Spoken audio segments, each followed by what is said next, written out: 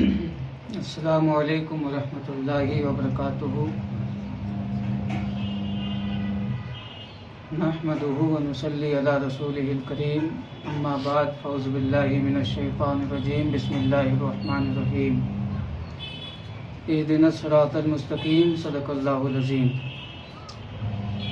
आइए हम और आप सबसे पहले हुजूर सरवर कायनात अहमद मुज्तबा मोहम्मद मुस्तफ़ा सल्लल्लाहु अलैहि वसल्लम की बारगाह में हदिया दुरूद व सलाम पेश करें। पढ़ें आवाज़ बुलंद अल्लाहुम्मा सल्ली अला सय्यदना व मौलाना मुहम्मद मादनिल जूद वल करम व अला आलिहि व अस्हाबिहि व बारिक व सल्लिम सलातुन व सलामुन अलैका या रसूल अल्लाह। अभी चमनगंज में पास के इलाके में कुछ वहाबियों ने कुछ अरसे से बहुत ज़्यादा गलत फहमियाँ और अपने फितनों को कुछ ज़्यादा हवा दे रखी है और इसी हुमायूं बाग में न जाने कितने भोले भाले सुन्नियों को बहका करके मर्दों की फहरिस्त से निकाल करके औरतों में शामिल किया, यानी नाफ के नीचे हाथ बांधने वाले लोगों को औरतों की तरह सीने पर हाथ बंधवाया।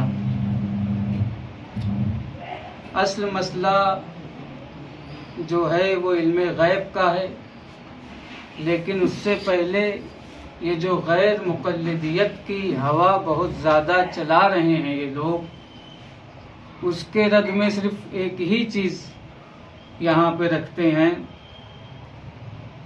कि आप लोग या जो भी वहाबी गैर मुक़ल्लिद ये कहता है कि सीने पर हाथ बांधना हदीस से साबित है,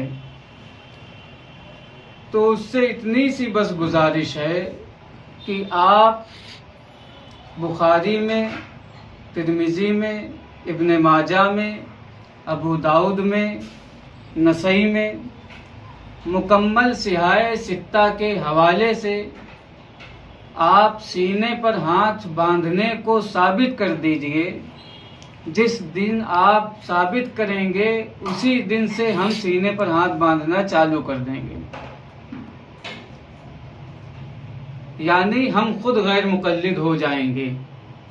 आप मुकम्मल सिहाए सित्ता के हवाले से पहले सीने पे हाथ बांधना साबित कीजिए। असल मसला ये है कि हुमायूं बाग के कुछ तालिबे इल्मों को फंसा करके अब एदादिया ऊला सानिया में तालीम हासिल करने वाले तालिबे इल्मों को आप नदवा से फारिग हुए मुफ्ती को, अब वहाँ से फरागत क्या भागा हुआ मुफ्ती, उसके सामने अगर एक ऊला सानिया के तालिबे इल्म को बैठा दें गुफ्तगू के लिए, तो ये कौन सा सही तरीका है? अगर आपको बातचीत ही करनी है, मुनाजरा करना है, तो आप उसको तलाश करें जो आपके बराबर का हो। अब आप कहेंगे कि हमारे बराबर का कोई है नहीं, जैसा कि सुनने में आया कि आप इस तस्वीर को देखें। इस तस्वीर में ये बाएं जानिब जो शख्स है, ये दोनों वहाबी हैं। इस शख्स ने अपना नाम जैद बताया है। अब जैद नाम से हम कैसे मान लें कि इनका नाम जैद ही है, या हो सकता है हो, लेकिन नौमीर में शायद इन्होंने भी देखा होगा ज़रबा ज़ैदुन बकरन, जैद ने बकर को मारा, तो हो सकता है उसी से अखज़ किया हो इन्होंने जैद नाम और बता दिया। लेकिन मसला ये है कि ये मुफ्ती है, ये मौलाना है और ये मुफ्ती हैं। ये दोनों जो हैं खैर देवबंदियत के मैदान के अच्छे खासे आलिम हैं अपने एतबार से, और इन्होंने जिनसे बहस की वो तालिबे इल्म हैं इब्तिदाई दौर के, अब आप खुद गौर करें कि अगर एक आलिम, एक मुफ्ती उससे बहस करे जो इदादिया में हो, ऊला में हो या सानिया में हो, ये उन बच्चों की गलती नहीं है, ये उन आलिमों और मुफ्तियों की बेवकूफ़ी है और उन तालिबे इल्मों की ये हिम्मत है, उनका जज्बा है कि ये तुम जैसे नाअहल आलिमों से गुफ्तगू करने की सलाहियत अपने अंदर रखते हैं। खैर, मसला ये था कि इन्होंने इल्मे गैब की बात बुलंद की कि हम नबी के लिए इल्मे गैब नहीं मानते। तो हम इससे पहले कि आपकी किताबें हम दिखाएं, हम अपना मसला पहले उजागर कर दें कि इल्मे गैब कहते किसको हैं। इमाम रागिब अस्फहानी रहमतुल्लाह अलैह ने अपनी किताब अल मुफरदात में ये लिखा है कि इल्मे गैब वो होता है मा ला यक़िउ तहतल हवास, कि जो हवास से ना मालूम हो सके, वला तक़्तज़ीही बिदाहतल उक़ूल, और जो अक्ल के गौर व फिक्र से ना मालूम हो। क्या मतलब? हवासे खमसा मंतिक का एक लफ्ज़ है, फन्ने मंतिक में ये बहस आती है हवासे खमसा की। देखने से एक इल्म हासिल होता है कि ये हरा है कि काला है कि पीला है। सूंघने से इल्म हासिल होता है खुशबू है कि बदबू है। सुनने से इल्म हासिल होता है कि आवाज़ आ रही है तो किसकी आ रही है। छूने से इल्म हासिल होता है कि गर्म है कि सर्द है, क्या है। और ये हवासे खमसा हैं, देखकर, सूंघकर या चखने से उसका मज़ा मिलता है कि इसका जायका कैसा है। तो इन पांचों हवास के जरिए आँख, नाक, मुंह, कान और एहसास, इन पांचों चीज को हवासे खमसा कहा जाता है। और जिस चीज का इल्म ना देख करके हासिल हो, ना सुन करके हासिल हो, और ना ही छू करके, ना ही सूंघ करके, और ना ही चखने के बाद, इन पांचों में से किसी से जिसका इल्म हासिल ना हो, उसी को इल्मे गैब कहते हैं। इसी चीज का जिक्र जाल हक के अंदर अहमद यार खान नईमी साहब रहमतुल्लाह अलैह ने फरमाया कि जो चीज बजरिए आलात मालूम की जाती है, जैसे माँ के पेट में बच्चा मशीनों के जरिए मालूम किया, अब वो हमको मालूम चल गया क्या है, बच्चा है या बच्ची, ये इल्मे गैब नहीं है। ऐसे ही फोन या रेडियो से दूर की जो आवाज़ सुनी जाती है, वो भी इल्मे गैब नहीं है, क्योंकि फोन से जो आवाज़ निकली उसको हमने सुना कान से। और अस्पताल में माँ के शिकम में बच्चा है या बच्ची, जांच हुआ, रिपोर्ट आई तो उसको देखा आँख से, तो एक इल्म हासिल हुआ देखने से और दूसरा फोन का इल्म हासिल हुआ कान से सुनने से। तो ये इल्मे गैब नहीं है। इल्मे गैब वही है जो ना सुन पाओ, ना देख पाओ, ना सूंघ पाओ, ना चख पाओ और ना महसूस कर पाओ। इन पांचों से जो ना हासिल हो वही इल्मे गैब है। और इस चीज का जिक्र उलमाए देवबंद की किताबों में भी है। मुजद्दिद अल्फ़सानी ने अपने मकतूबात शरीफ में ये बात लिखी कि अल्लाह ताला का जो खास इल्मे गैब होता है, खास अल्लाह ताला का जो खास इल्मे गैब है, वो अपने खास इल्मे गैब पर अपने खास रसूलों को भी मुत्तला फरमाता है। जब अल्लाह अपने खास इल्मे गैब पर अपने नबियों को खबर देता है खास खास इल्मे गैब की, तो खास के अलावा और जो उलूमे गैबियां हैं वो क्या नबी को नहीं मालूम होंगे? या उलमाए देवबंद ने उन सब का जो है अपने पास सारा इल्मे गैब का पतीला तैयार कर रखा है कि जब चाहा उसको चलाया और निकाल दिया। और देवबंदियों के पीर साहब हाजी इमदादुल्लाह मुहाजिर मक्की रहमतुल्लाह अलैह ने अपनी किताब शमाइमे इमदादिया में फरमाया कि जो लोग कहते हैं कि अम्बियाओ औलिया को उलूमे गैबिया नहीं,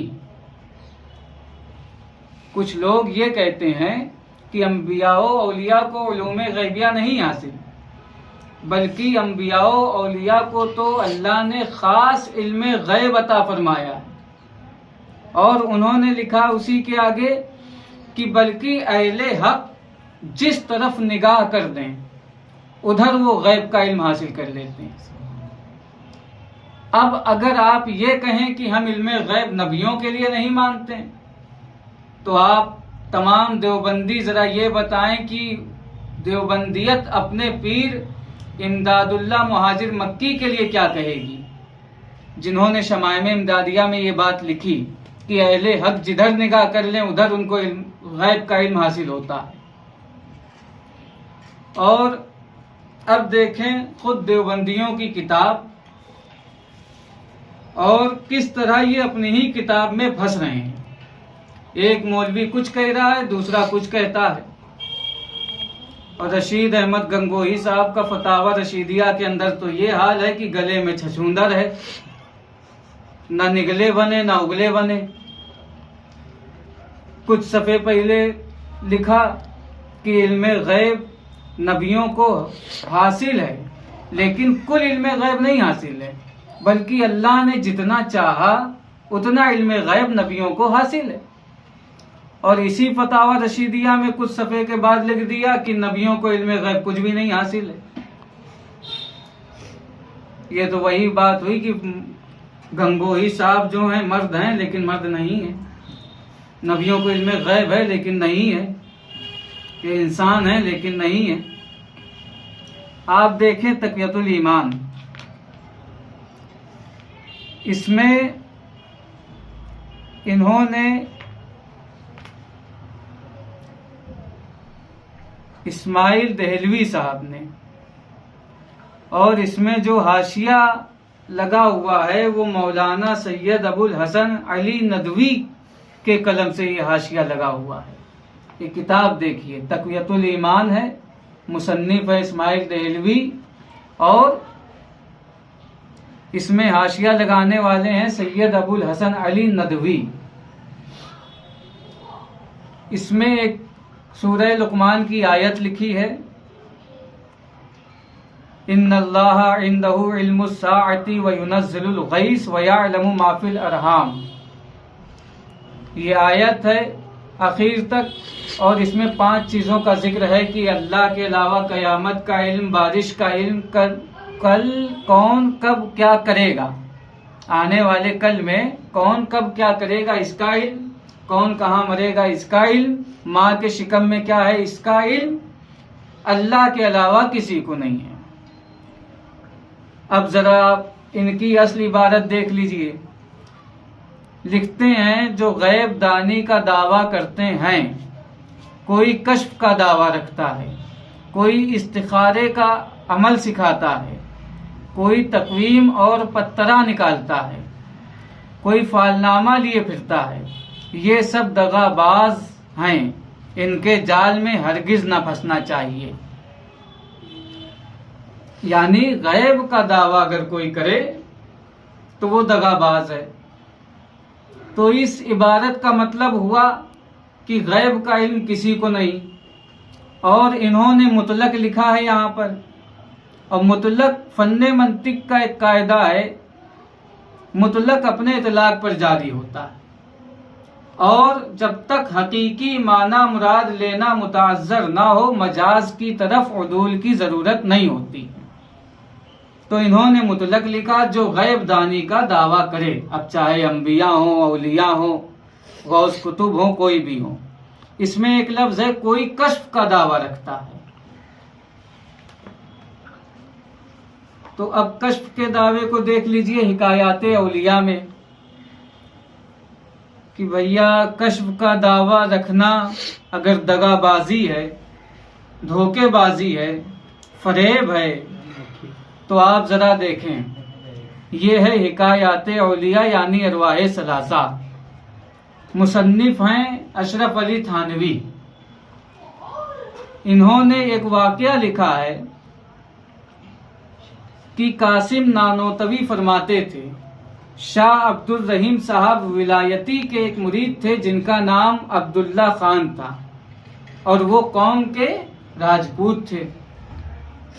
ये हजरत के खास मुरीदों में थे। उनकी हालत ये थी कि अगर किसी के घर में हमल होता और वो तावीज लेने आता तो आप फरमा दिया करते थे कि तेरे घर में बच्चा होगा या बच्ची होगी, और जो हजरत कहते थे वही होता था। यानी अगर ये कहते बच्चा होगा तो बच्चा ही होता, और कहते बच्ची होगी तो बच्ची ही होती। किसी ने सवाल किया, हजरत आपको कैसे मालूम? कहने लगे, हम क्या करें, बेमुहाबा यानी बगैर किसी खौफ के बिला तामुल अपने आप बच्चे की सूरत सामने आ जाती है और मैं देख लेता हूं बच्चा है या बच्ची है। यानी इनके मौलवी को ये इल्म है कि माँ के शिकम में जो पल रहा है वो बच्चा है या बच्ची है, लेकिन सूरह लुकमान की वो आयत इन्नल्लाह इंदहु इल्मुस्साआ, इसकी रोशनी में तुम लिख रहे हो कि माफिल अरहाम का लफ्ज है उस आयत में कि माँ के शिकम में क्या है, इसका इल्म किसी को नहीं, ना नबियों को ना वलियों को। तो जब नबियों को इस बात का इल्म नहीं है कि माँ के शिकम में क्या है, तो ये शाह अब्दुल रहीम साहब विलायती के जो मुरीद थे अब्दुल्ला खान, इनको ये इल्म कहाँ से हासिल हो गया? और अभी आपने ये सुना तक़वियतुल ईमान में कि जो गैबदानी का दावा करे या कश्फ का दावा करे वो दज्जाल है, फरेब है, दगाबाज है। और इन्होंने अब्दुल्ला खान ने बताया, और आगे अशरफ अली थानवी साहब लिखते हैं कि ये उनका कश्फ था, ये उनका कश्फ था। वली को कश्फ से इल्म हासिल होता है, नबी को वही से हासिल होता है। तो अब चाहे वही के जरिए इल्म हो या कश्फ के जरिए हासिल होने वाला इल्म इल्म गैब होता है। तो गोया कश्फ के पर्दे के पीछे रह करके तुमने अब्दुल्ला खान के लिए इल्म गैब माना।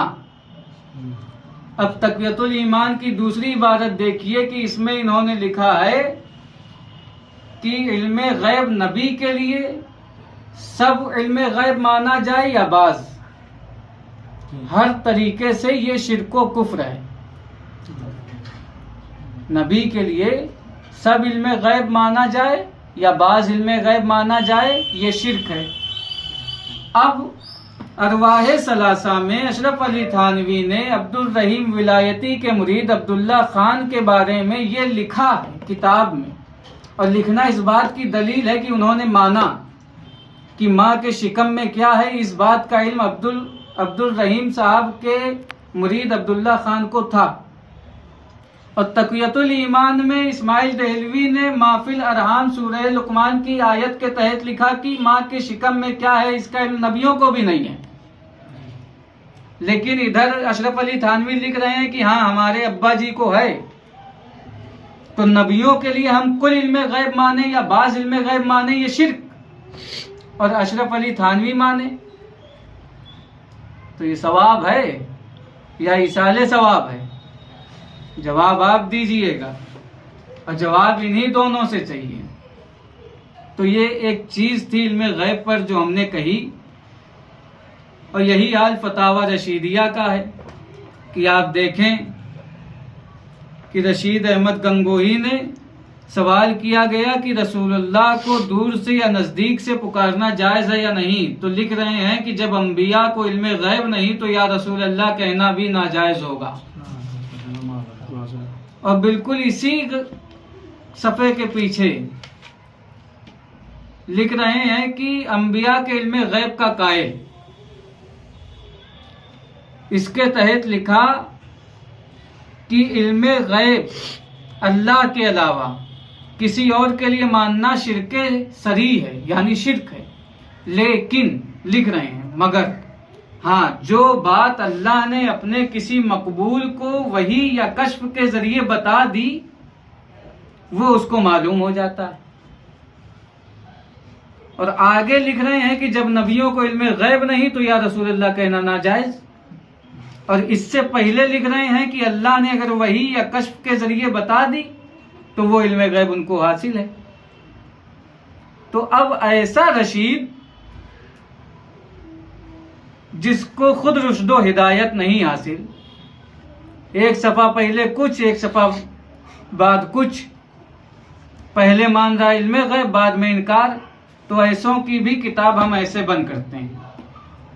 अब बात हम वहीं पे आते हैं इन पे कि आपने कुछ इब्तिदाई दौर के तालिबे इल्मों को अपनी बातों में फंसा करके इन दोनों ने काफ़ी कुछ उल्टा सीधा बका और मसलके आला हजरत को बदनाम करने की नाकाम कोशिश की। आला हजरत पर तोहमत बांधी, हुजूर असजद मियाँ की शान में तौहीन की और बरेलवियत के ताल्लुक से ये कहा कि बरेलवियों में कोई नहीं है जो हमसे मुनाजरा कर सके या हमारे उलमा से। तो आपसे गुजारिश है कि आपके लिए ये एक सुनहरा मौका है कि आप एक साथ 10-10 बरेलवियों को हराइए और अपनी देवबंदियत को हिंदुस्तान में और ज़्यादा आम करने का अच्छा मौका पाइए। लेकिन आपके लिए ये मौका नहीं बल्कि मेरी तरफ से इन दोनों के लिए चैलेंज है, ये जैद साहब और उनके मुआविन, कि आप गया से ताहिर गयावी को बुला लाइए या किसी और को। हमारी तरफ से सिर्फ 2 मुनाजरे अहले सुन्नत रहेंगे और उन दोनों से आप इल्मे गैब पर मुनाजरा कीजिए। ये मेरी तरफ से आपको चैलेंज है। तारीख आपकी और जगह भी आपकी, वक्त भी आपका और दिन भी आपका कि कितने दिन का मुनाजरा होगा। 1 दिन, 2 दिन, 3 दिन, 1 हफ्ता, जितने दिन करना चाहो दिल खोल के करो, जिस वक्त चाहो उस वक्त करो। लेकिन अगर देवबंदियत में सच्चे हो और अपने अकीदे में तुम्हारे कोई खराबी नहीं है, तुम वाकई हक पर हो, तो इस चैलेंज को कबूल करके आप अपनी हक्कानियत का सबूत दीजिए और वक्त बताइए, तारीख बताइए, जगह बताइए और इस चैलेंज को कबूल करिए। वरना हम यही समझेंगे कि देवबंदियत और वहाबियत में कोई मुनाजरे के काबिल नहीं है। वो इसी तरह तालिबे इल्मों को या जाहिलों को अपनी बातों में फंसा करके बहकाने के अलावा कुछ नहीं आता। इन दोनों का यही काम है, सिर्फ अपनी बातों में फंसाते हैं और अहले सुन्नत वल जमात के भोले भाले मुसलमानों को, सुन्नियों को बहकाने में लगे हैं।